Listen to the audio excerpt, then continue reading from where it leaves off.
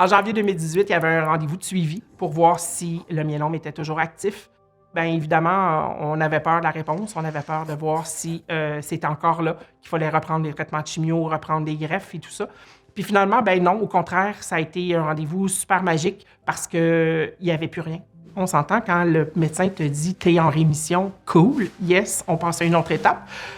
Par contre, on doit retrouver notre identité, on doit retrouver qui nous sommes autre qu'une proche aidante. Puis souvent, le retour à l'intimité ou le retour à juste la vie de tous les jours, bien, ça se fait pas de même en criant ciseaux. Puis de se retrouver comme couple par la suite, c'est difficile. Mon chum a changé. Moi, j'ai changé. Ma vision de la vie est complètement différente. Il y a des amis qui, avec la maladie, se sont éloignés. C'est tous des petits deuils qu'on fait avec le temps. Quand on parle de deuil blanc, on parle aussi de ce qu'on peut plus faire. Partir en voyage à l'extérieur, c'est pas possible. Il n'est pas assurable. Bien, effectivement, la rémission ne veut pas dire guérison, puis même dans la guérison, il peut y avoir récidive. On devient un peu hyper vigilant. Ah ben là, s'il fait de la fièvre, oh my God, qu'est-ce que c'est? Ça peut-tu être une récidive? Ça peut-tu être ci? Ça peut-tu être ça? C'est tout un beat de vie qui change, puis qui, du jour au lendemain, il faudrait retrouver ça comme avant. Mais non, malheureusement, c'est pas une switch qu'on met à on-off, puis que ça peut revenir comme c'était auparavant.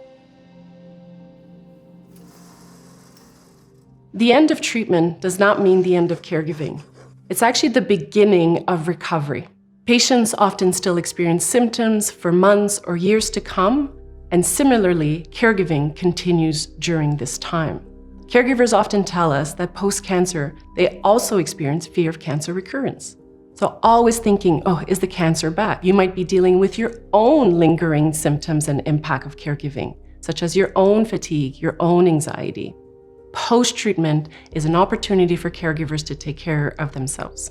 We often focus on the negative aspects of caregiving, but there are also positives, and we refer to that as post-traumatic growth. Some caregivers have told us that they now focus on what's most important in their life. They appreciate moments more, or they have found new activities.